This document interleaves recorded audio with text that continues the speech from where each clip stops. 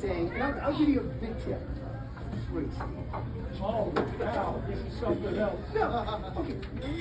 Suppose you have a property that's going to tax, and the property's worth $300,000. $300,000. Okay?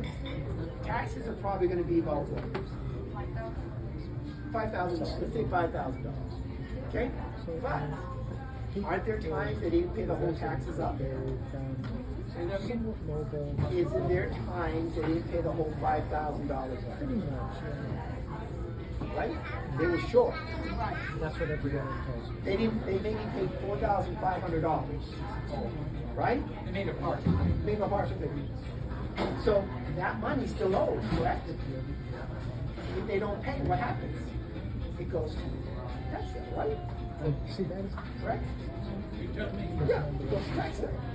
So now you can buy a property for $50, either vacant land or a good property for $50.